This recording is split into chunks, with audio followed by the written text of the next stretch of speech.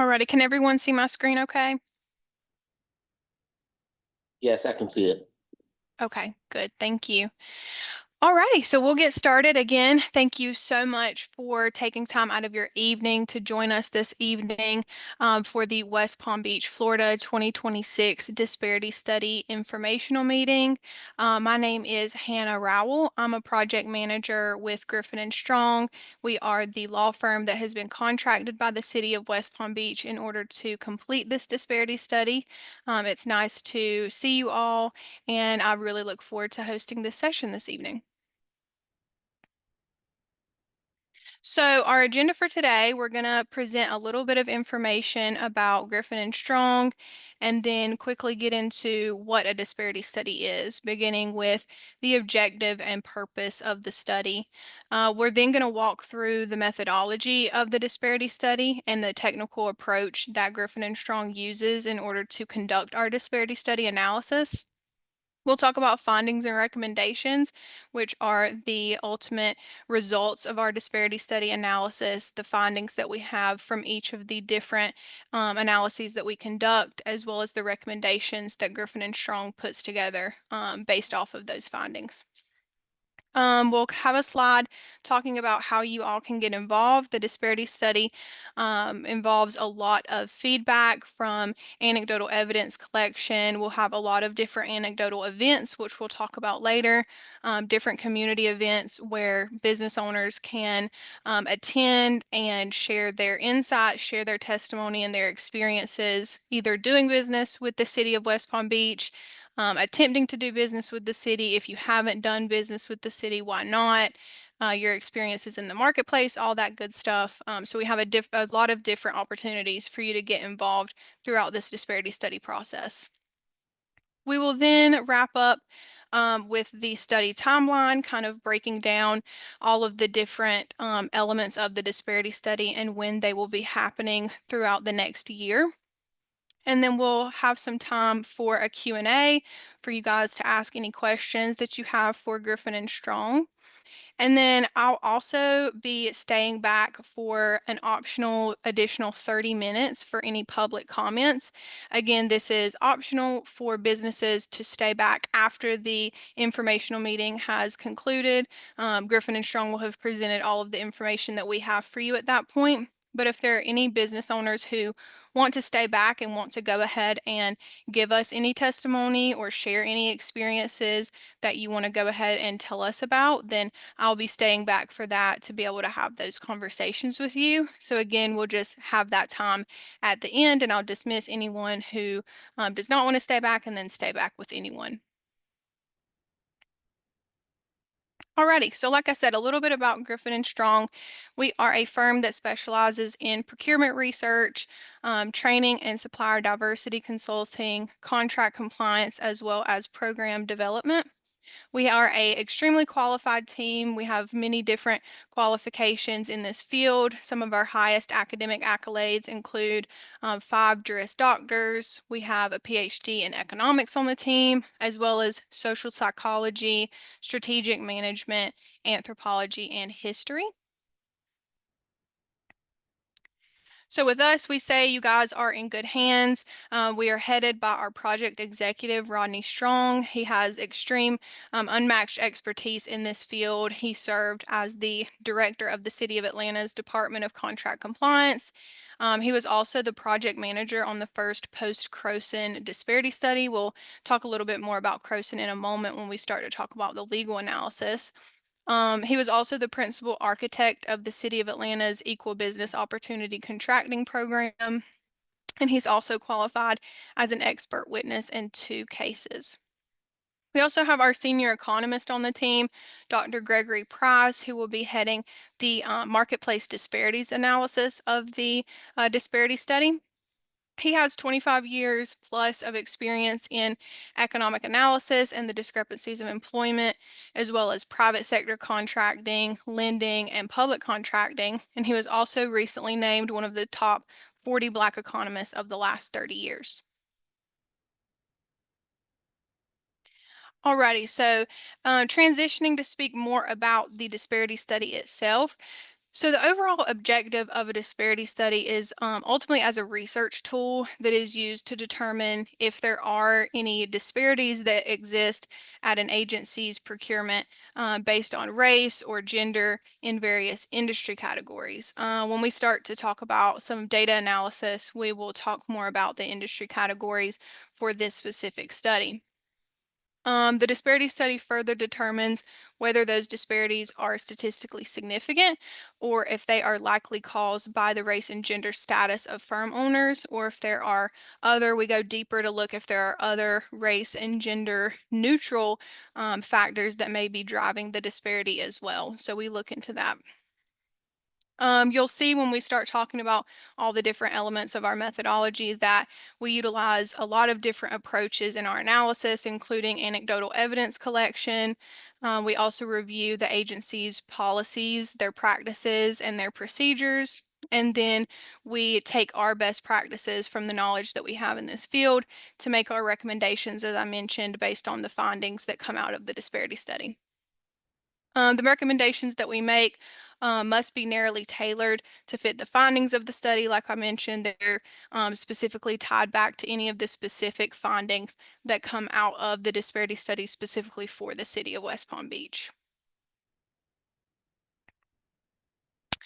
Alrighty, so the technical approach of the disparity study that Griffin and Strong conducts is mainly done in 10 parts. So we start with our legal analysis, and where I'm just going to briefly kind of go through each of these elements because we have some slides that are dedicated to each of these individual methodologies in detail. So again, we start out with our legal analysis, looking at relevant case law. As I mentioned, we have our policy review where we review the city's policies, practices, and procedures, as well as conduct any policy interviews with relevant city staff.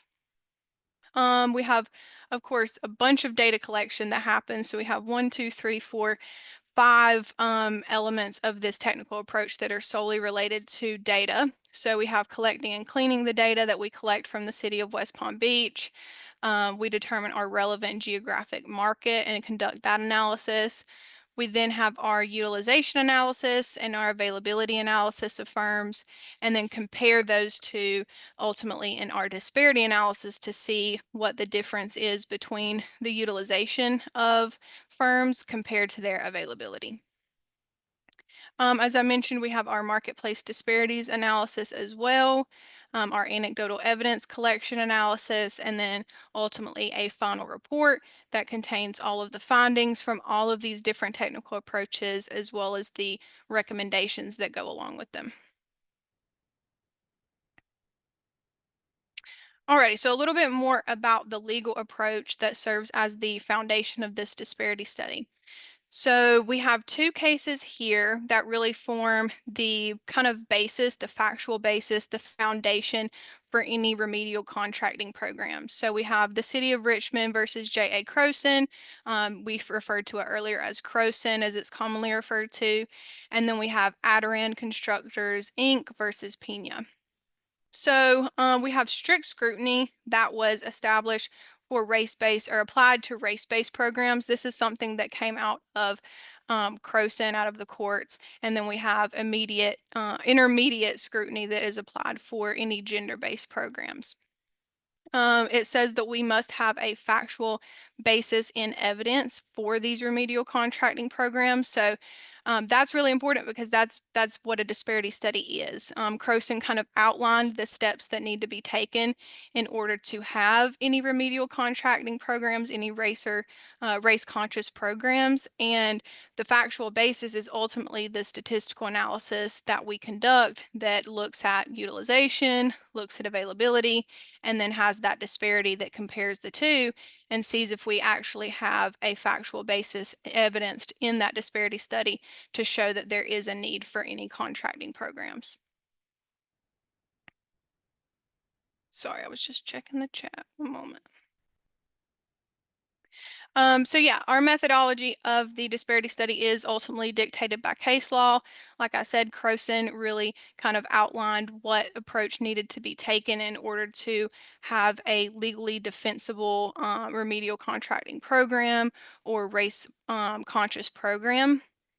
And it also told us that we need to have a program that's narrowly tailored, or a remedy that's narrowly tailored in order to avoid any over or under inclusion. So that just basically means that any program would be specific. It would be tailored to the entity, tailored to the results of what the disparity study shows, and very specific.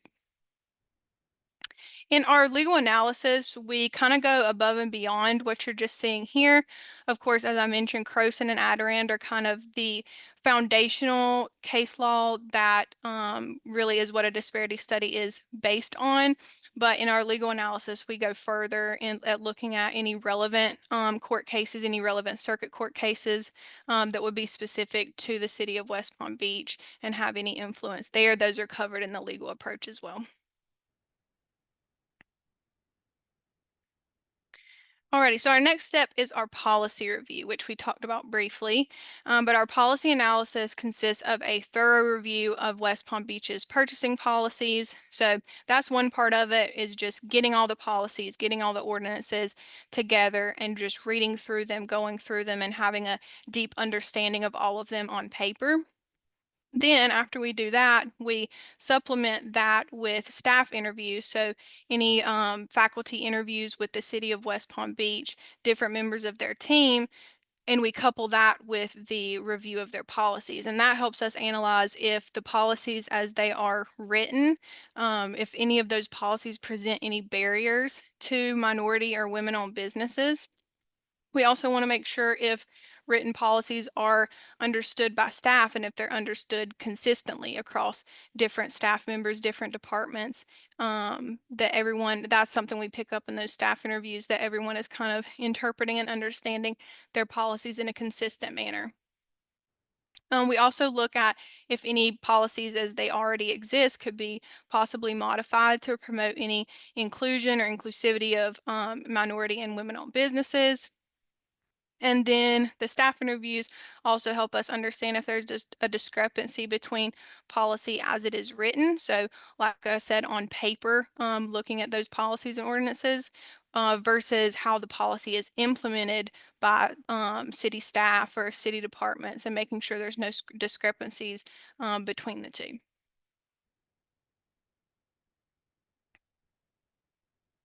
Alrighty, so the relevant geographic market analysis really kicks off the data analysis portion of the disparity study. So we start this by looking at where the city of West Palm Beach is spending at least 75% of their dollars. So the way that we determine that is by looking at the city of West Palm Beach's payment data. That's kind of the sole data source for us when we're trying to determine the relevant geographic market. And what we mean by spending at least 75% is that we start small. So we start with the city of West Palm Beach, look at where how much spend is being spent directly in the city. And then if it hasn't reached 75% of the dollars being spent, then we will radiate out, kind of like a, imagine a bullseye, I guess. You would radiate out to the next level and see maybe how much money is being spent in Palm Beach County, and then so on and so forth until we can capture where 75% of the city of West Palm Beach's dollars are being spent. And when we do nail that down, that ultimately serves as the relevant geographic market that we use for the rest of our data analysis throughout the study.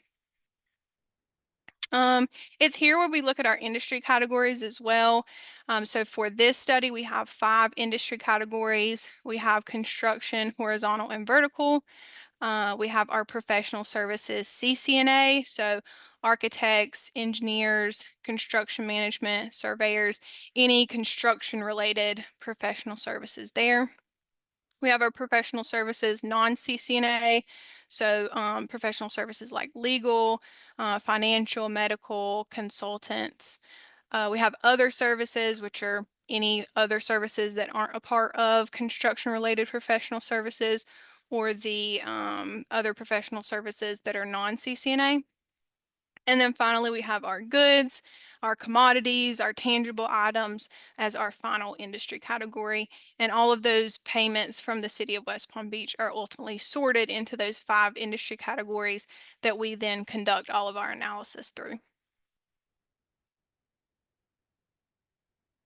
So for the utilization analysis, we have our data that's measured for both prime and subcontractors. So we look at prime contractors as well as subcontractors, and we disaggregate this analysis by year. So we have the different fiscal years that we're using. We're using a 5-year study period that we're looking at for this project. So we'll look at all of those, all of that data broken down by those fiscal years. Of course, as I mentioned, it'll be broken down into those 5 industry categories. And then we have that further broken down between the different race, gender, and ethnic categories that we have for this study. After we have our utilization analysis, which is, of course, based on the city's payment data, we have our availability analysis as well. And Griffin and Strong does two different approaches to our availability analysis. So first we have our what we call our list approach. This looks at bidders, vendors, awardees, payees, certified MWBEs, and other third-party lists, which would be like the state of Florida list, the Florida Department of Transportation list, any list that would have any bidders, vendors, all of those different things, and see who's available in the marketplace to work with the city of West Palm Beach. And then after we do the list approach availability analysis, we also have availability analysis that kind of provides an alternative view of looking at availability, and it's actually specifically broken down into NAICS codes. So in order to assign these NAICS codes to the different firms, we use Dun and Bradstreet data. We use Dun and Bradstreet because they're an extremely comprehensive database that provides a lot of different information about different companies and firms that would be in the relevant market. So we're actually able to look at availability down to the specific NAICS codes that firms are registered with. And then ultimately comparing availability and utilization gives us our disparity analysis or our disparity index for each individual race, gender, and ethnic group. And of course, all of this is disaggregated by those 5 industry categories that we covered a couple slides back. Once we have the disparity determined by just comparing utilization and availability, we conduct a statistical significance test on those disparities, looking and applying a standard deviation to see where we have statistically significant disparity versus any disparities that might exist, but they're not necessarily statistically significant according to the standard deviation test. And then we take it a step further. So we have just the disparity index, the statistical significance, and then a step further to our regression analysis, which determines if those disparities could possibly be explained by any other factors other than race, ethnicity, or gender. So this could look like education status, age, the age of the business, how large the business is, any of these other elements that could be driving that disparity other than solely the race or ethnicity or gender of the firm. So that's all that we have for our different elements of our data or our statistical analysis. So now moving on to the marketplace disparities analysis, which determines whether race, ethnicity, or gender status has affected the utilization of firms owned by members of the different groups that we have. So our different race, gender, and ethnic groups. And we look at both the public and the private sector. So in this, we include self-employment disparities, construction market disparities, and credit markets. So the importance for Griffin and Strong to look at marketplace disparities is because the marketplace is the feeder of available firms for the municipality. So for this analysis, we're not really focused on the municipality. So we're not specifically focused on what the city of West Palm Beach is doing here. We're looking at the marketplace that firms are in. And that's because the marketplace is affecting the feeder, is affecting how many of those firms might be able to participate in these contracts with the city of West Palm Beach. So an example that we use is we might have done this statistical analysis in the quantitative chapter and seen that there are 0 Asian American construction firms available. And then we might get to the utilization analysis and see that 0 Asian American construction firms were used. So if you were to go to the disparity analysis, it would look like that is at parity because it's 0 equals 0. So you wouldn't think that there's a disparity there because the numbers are equal to each other. But if you weren't to look at the marketplace disparities analysis, you wouldn't know if there might be some discriminatory practices in the marketplace that might be, hampering the ability for Asian American construction firms to be able to compete as firms in these contracts with the city of West Palm Beach. So you really have to kind of look out and look at the marketplace and see what's going on there to understand if there may be some challenges or barriers to business formation or business sustainability that could be having that impact on availability.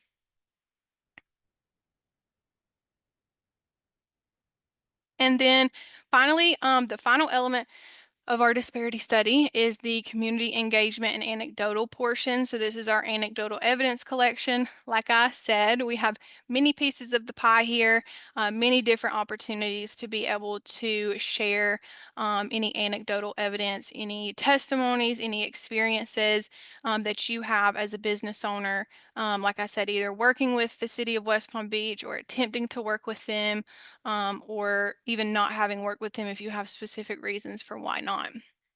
So starting, we have the informational meeting, which of course you are all attending right this moment.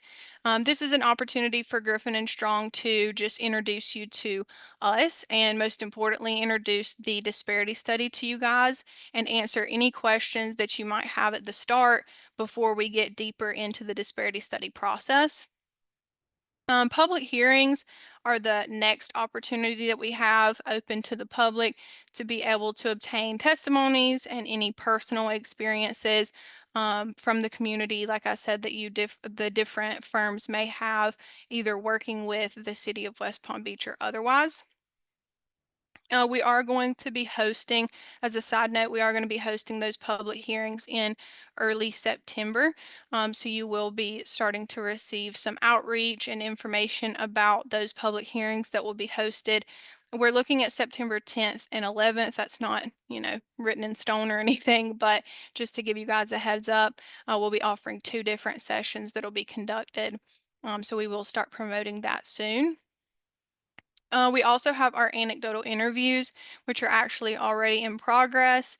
Those anecdotal interviews are one-on-one interviews with business owners. Again, just an opportunity to speak with us and share any comments that you have about your business. Just tell us a little bit about your business. Tell us a little bit about you, what your testimony is, and what your experiences have been in a one-on-one setting. Finally, we have our focus groups. That's kind of our last public anecdotal evidence collection meeting that we have or event that we have to kind of wrap up that portion. So the focus groups are, of course, a smaller group. It's a smaller discussion that is kind of based on different themes and experiences that we've heard throughout the anecdotal interview and the public hearing process and kind of get into a deeper conversation into those different themes and get a chance to just have that conversation on a deeper level with a smaller group of business owners. So the survey of business owners, this is kind of a unique part of our anecdotal evidence collection because it's qualitative, but it's quantitative as well. So we have focus groups and interviews and public hearings that are going to be solely qualitative evidence collection. But then we have our survey of business owners that any business owner is open to take. We'll have it posted on our website. We'll send out some promotional information about that for you all to take that. It's about 10 minutes to take that survey. And it's an opportunity for us to quantify the experiences that business owners have working within the marketplace, directly for the city, or working even in the private sector, and just tell us a little bit about your experiences there, but in a quantitative way where you're kind of answering multiple choice questions or, selecting out of a list of things that are most applicable to you and your firm.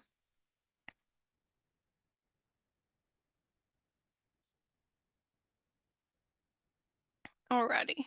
Then, um, we have, sorry, I was trying to check the chat and I'll come back to it in just a moment. We have our business, civic, and trade organization meetings. So this is an opportunity to gain insight from community leadership and any membership that is a part of those organizations as well.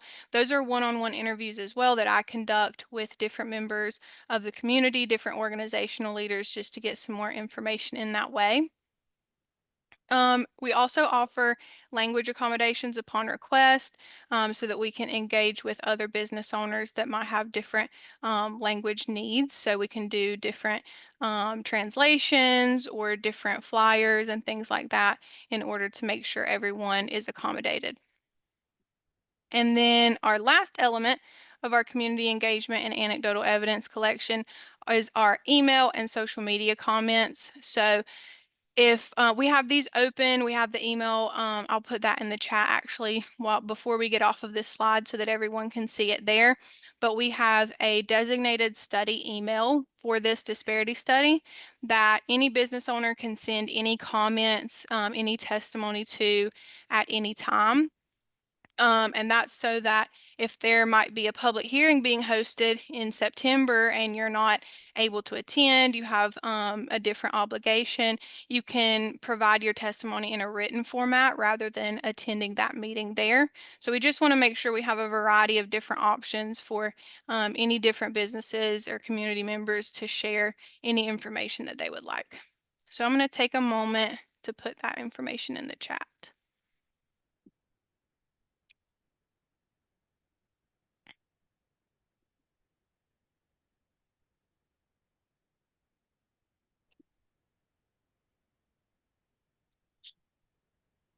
Alrighty, so it's an easy to remember email and website. So we just have West Palm Beach Study at gspclaw.com for the email address, and then for the website we have West Palm Beach disparitystudy.com.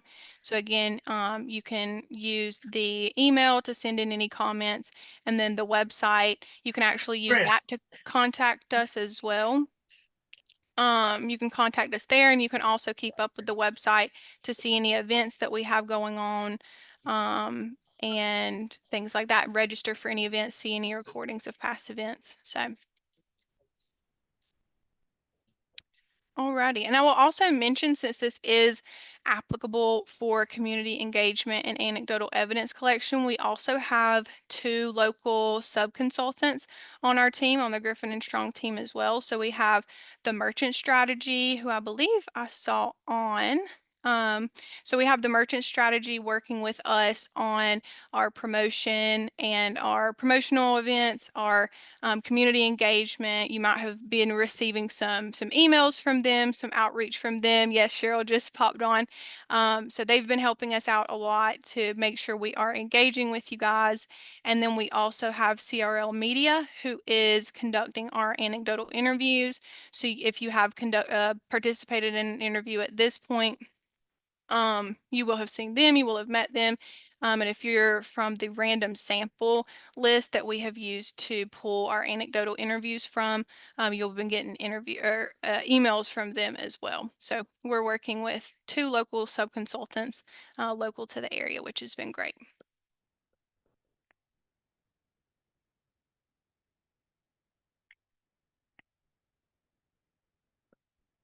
Alrighty, so like I promised, will then get to the end of our findings and recommendations. That is what ultimately comes out of our disparity study process. So we have our findings, which summarize the key points of each chapter, each of those individual analyses that we do. So we have anecdotal, we have the quantitative analysis that we talked about, legal, policy, and our marketplace analysis. And then we have our review of the efficacy of race and gender neutral remedies and how to identify them. And then we have our recommendations, which of course are based on all of the findings. They're specific to all of the findings, and they're based on a detailed review of the policy, of the anecdotal, of all of the different elements, and then of course of best practices that we have in our institutional knowledge of disparity studies as well. And these apply to both race and gender neutral remedies, or if applicable, if we have a disparity, a statistically significant disparity that is found, then we would have some race and gender conscious remedies as well. Okay, so as we talked about with anecdotal, there's a lot of different ways for you to get involved. One is just to be vocal, to reach out to us, let us know if there's anything that you want to share, let us know what your story is, what your experiences are, and just feel free to speak to us about anything. Participate in all of the different opportunities that we have if you're contacted or if it's open to the public. So we have the survey of business owners that'll be sent out and open to everyone. We have the interviews and the focus group sessions, which are not open to the public. They are randomly selected. So if you are contacted for those, of course, participate in those if you're able.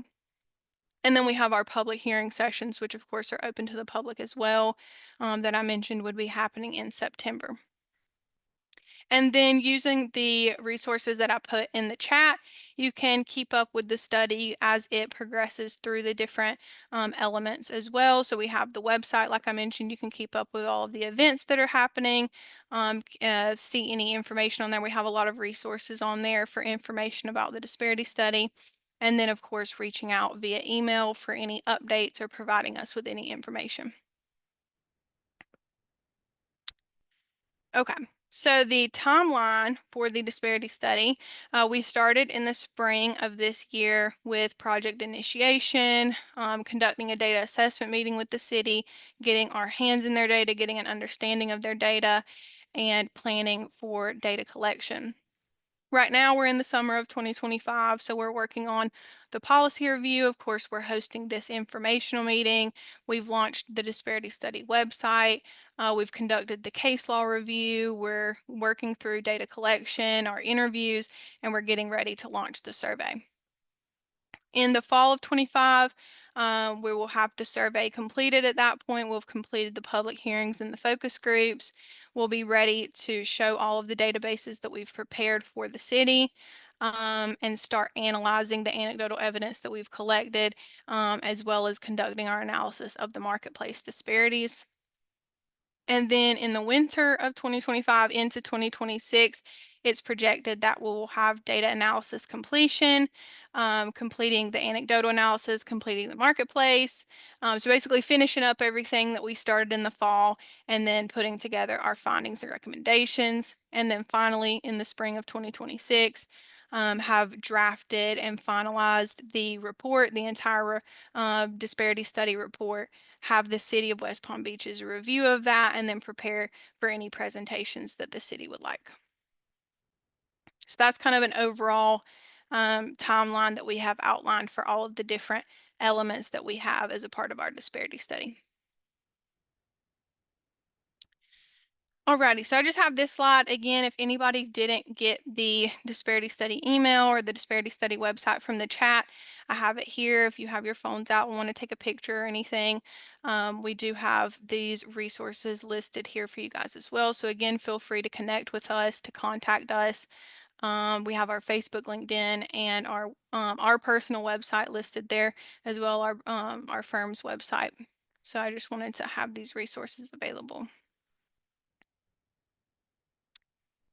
All right, and with that, that brings us to the end of the information that Griffin and Strong has prepared for this informational session. So I will turn it over to any questions that you might have. I'll have the rest of the Griffin and Strong team to join me here to help answer any questions that any of you may have. So we have Michelle Clark Jenkins, who's our Director of Methodology and Research on the call. So the keeper of all knowledge, anything you might need to ask about the disparity study, she's got an answer for you. And then David is on the call as well. He is a legal partner with Griffin and Strong. I'm taking over the introductions for you guys, by the way. Feel free to add anything if you would like. But David's a legal partner with us. He's worked on the legal draft of the City of West Palm Beach, the legal chapter for the disparity study as well. And then do we have Attorney Strong on? I'm not sure. I can only see so many people. Okay. So anyways, I'll turn it over to the Q&A now. That was all the information that Griffin and Strong had for you guys today. So please feel free to ask us any and all questions that you might have, so that we can answer them for you and make sure you feel informed and feel confident to participate in the rest of the disparity study as we continue to interact with you guys. Hi, my name is Timothy Wingate. I go by TL Wingate. And my question is, how would you be able to monitor this disparity based on field representation? There are many cases where I've experienced where a large contractor will hire a smaller contractor only just for the name, and he's not involved.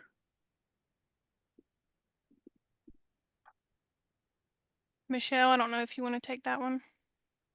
Sure, I'll take that one. So we would not be monitoring, uh, a contract. So that's really the responsibility of the in-house contract compliance department. What we're doing is we're assessing where the city is. So what are they doing? What are their policies? What are you saying about your experiences doing business with them? What does the data tell us? So we have not been engaged to monitor contracts. And again, that's what contract compliance does, is to, look at contracts to monitor how firms are being utilized. Well, it seems like to me that would be kind of tough to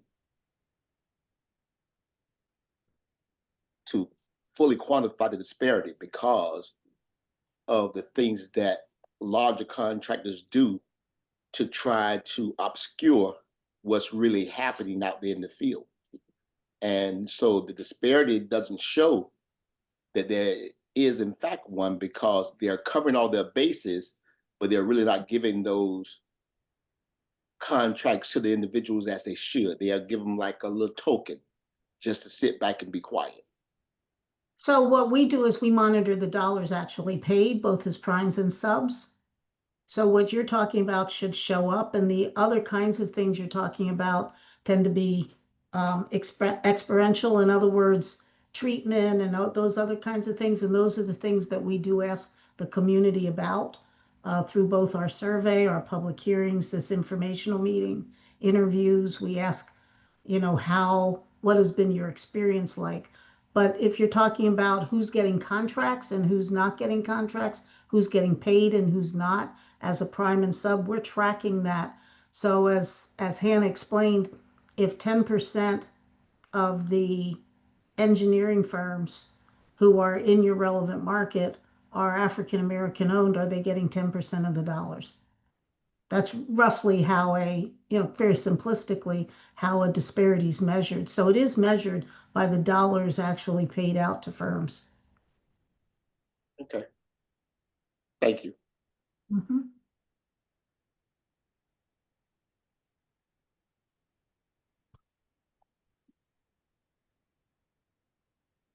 Alrighty, I'm just looking in the chat, but are there any other questions? Do you guys have any questions about anything that we covered today, any of the topics, any of the disparity study elements or methodology that you would like further clarification on before we go into the rest of this disparity study process for the rest of the year and into next year? Hannah, I see that someone asked about sending the presentation. Yes, I'm going through and replying to those to acknowledge those as well. So yes, I will send that to you all if you have commented that. And then I also mentioned, if you didn't see my reply in the chat, that this will be on, you'll be able to find it on the disparity study website as well. So if you need to refer back to it at a different time.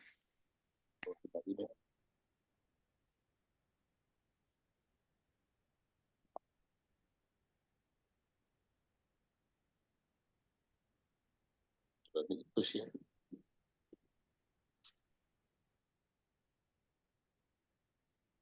Okay, I think only, oh, okay, I missed one.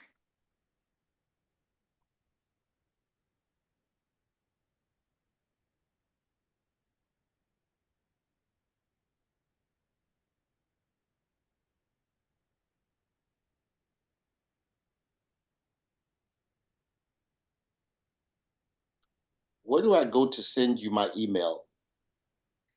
You will see, do you see at the bottom of your screen where there's a button that says chat? Yes, If you click that button, you can type your email in there. thank you. Alternatively, you can send it to me via the study email that I have posted in the chat as well if you didn't want to post it in there. But that's the chat room for you. Okay. And I will mention, if anyone on here, I know we did some outreach to different organizations in the area of West Palm Beach. So if anyone on this meeting is a representative or a leader of an organization and would be interested in participating in one of those organizational interviews that I talked about, then you can put that information, your name and the organization that you're a representative of, as well as your contact information. If you'd put that in the chat, I'll make sure to reach out to you so that we can schedule an organizational interview with you as well. We'll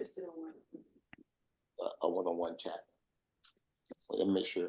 That's if we're interested in being on that to have an interview by you, correct?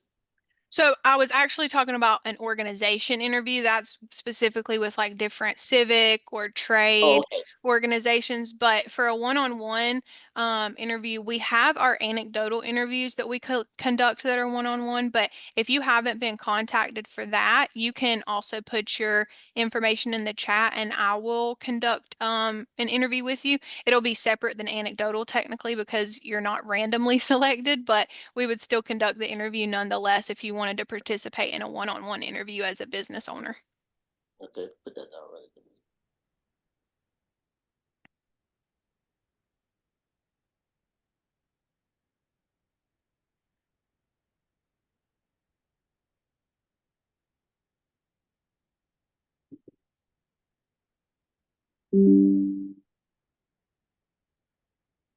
Make sure I'm not missing anybody's comments.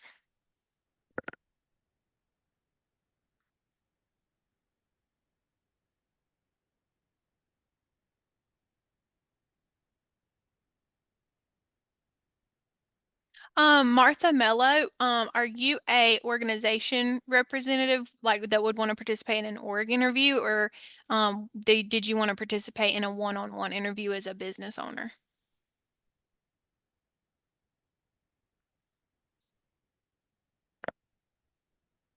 Okay, thank you.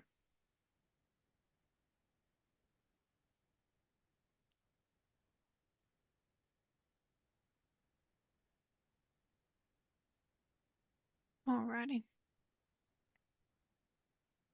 Okay, I see your comment.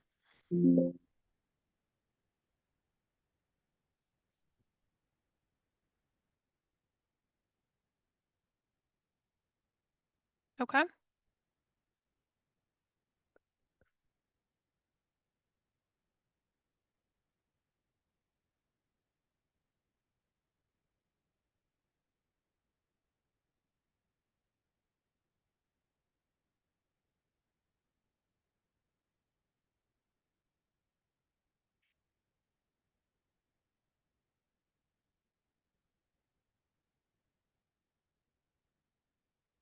Alrighty, Hansel Bennett, I see you put your contact information in the chat.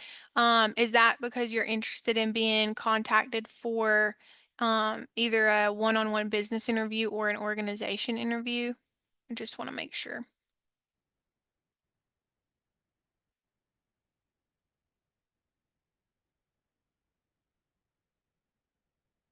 Business owner. Okay, Melody, thank you for that.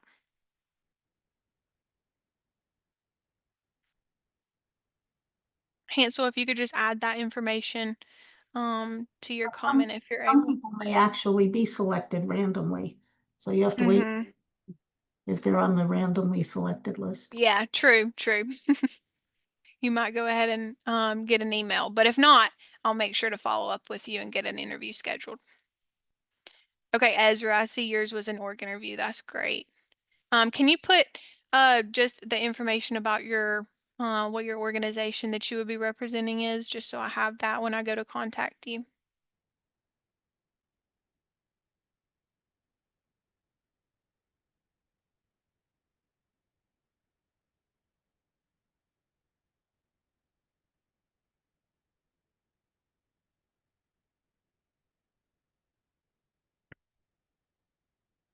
Okay, great. I see your message, Juan. Thank you.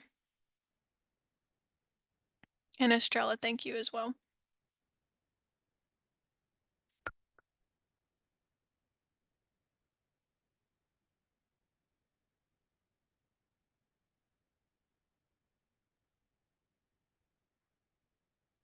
Alrighty, so I'm getting a bunch of chat, which I love. Thank you guys for letting me know if you're interested in participating in our different anecdotal evidence collection events that we have, whether it be interviews.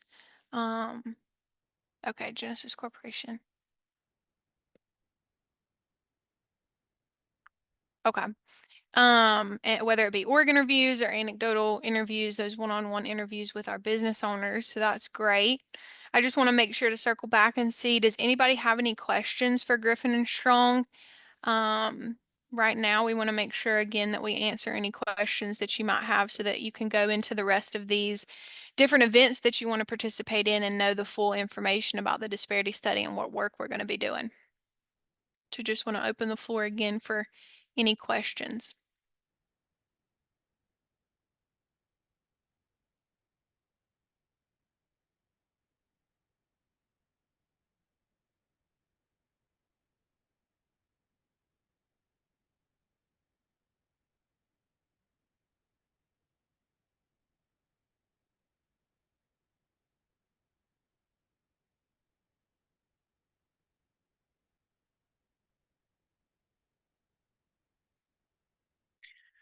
Again, if you are a representative of an organization and want to participate in an org interview, feel free to leave your information in the chat and I'll make sure to reach out to you.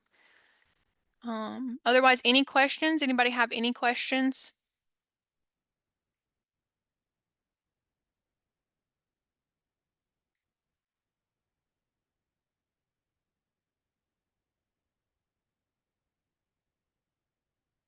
Alrighty.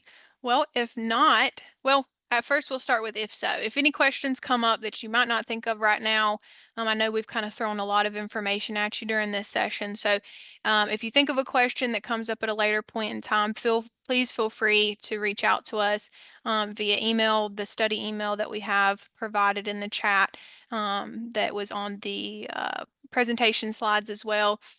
Please feel free to reach out via the study email and contact us with any questions that might come up at a later point in time. If you have any questions, if you have any comments that you want to make, you can always reach us then. But if we don't have any questions right now, I can kind of conclude the informational meeting portion of this meeting. As I mentioned earlier in our agenda, I am going to stay back for an additional about 30 minutes to let anyone who wants to stay back, any business owners that want to stay back and provide any public comments and collect any testimony, share your experience. I'm going to stay back and allow for that and we can have that conversation. But this really concludes the informational meeting portion. I thank you all for taking time out of your busy evenings, your busy schedule to meet with us and hear this information today. And I hope you all have a great evening. Again, if you would like to stay back, I will be happy to have further conversation with you all. But if not, I'll dismiss you and I hope you have a great afternoon. Thanks, everyone. Hannah, I'm departing too since there are no more. That's fine. Thank you. Thanks so much, All right. Michelle and David. Thank you, everyone.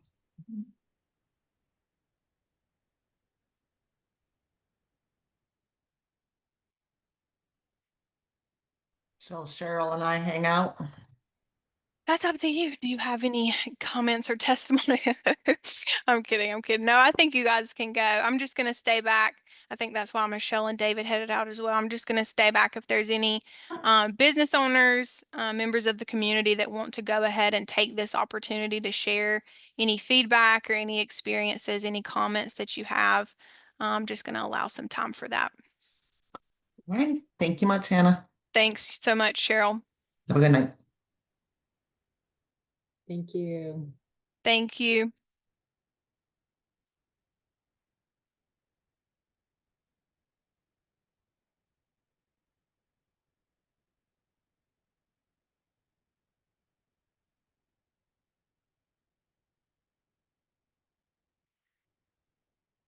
Alrighty, so I see we still have a group remaining. I'm going to take that as you guys would like to participate in the public comments portion of this meeting. Let me put a slide up just for your reference and your information.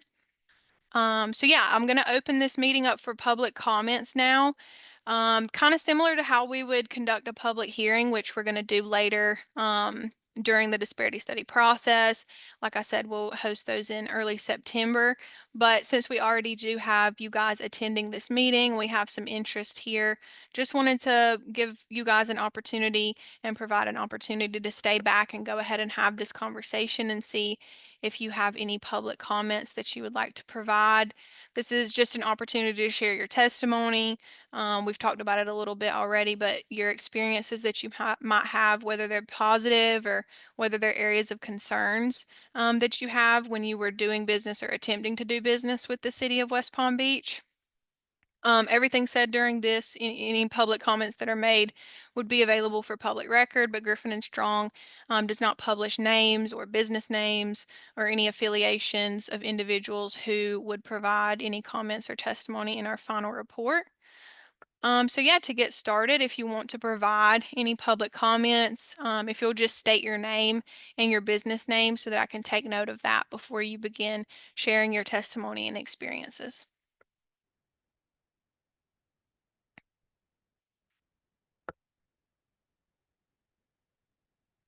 Do we have anybody who'd want to go first?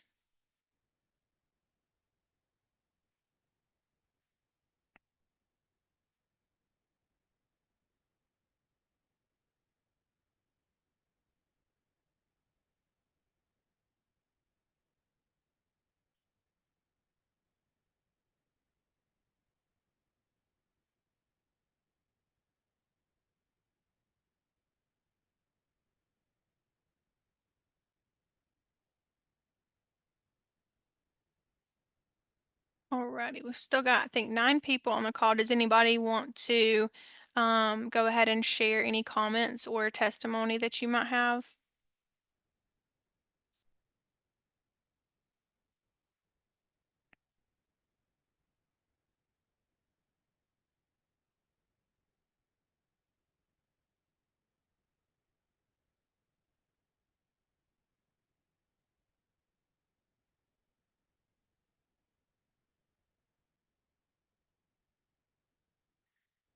All right, just to make sure I am not hanging out in the background for any of you guys, and you don't know that you're still in the meeting, maybe I'm going to go down the list of attendees that I have here and just call you out by name, just to see if you have any comments that you would like to add. So I have Jamas Ward. Would you like to provide any commentary?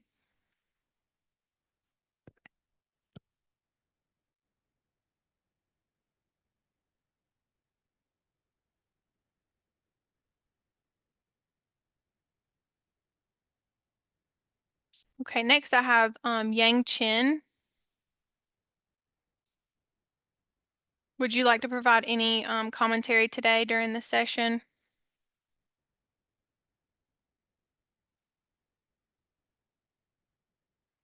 Okay. Jamas, if you don't want to provide any commentary, you're free to go. We completed the informational meeting portion of the study, so I'm just hanging back for anyone who might want to share any experiences. So thank you for providing your response, though.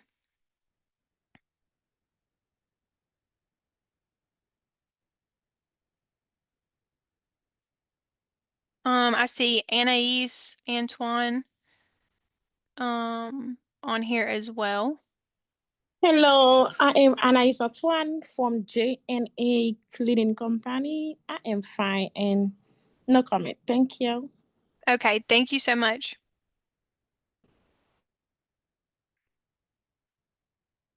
Alrighty, next on my list, I have Elizabeth Potts. Would you like to provide any commentary?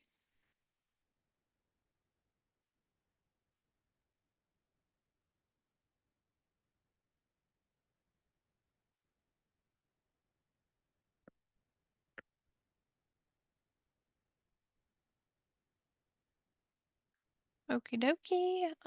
Martha Mello, would you like to unmute or put any commentary in the chat today?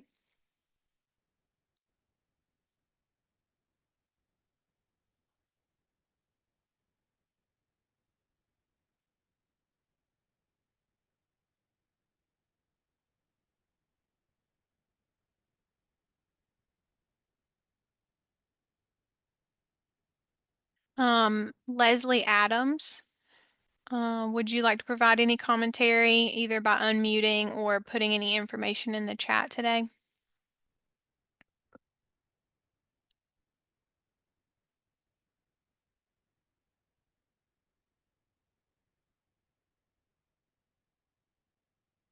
And then finally, Johnny Lewis or Louise, would you like to provide any commentary or put anything in the chat for today's session?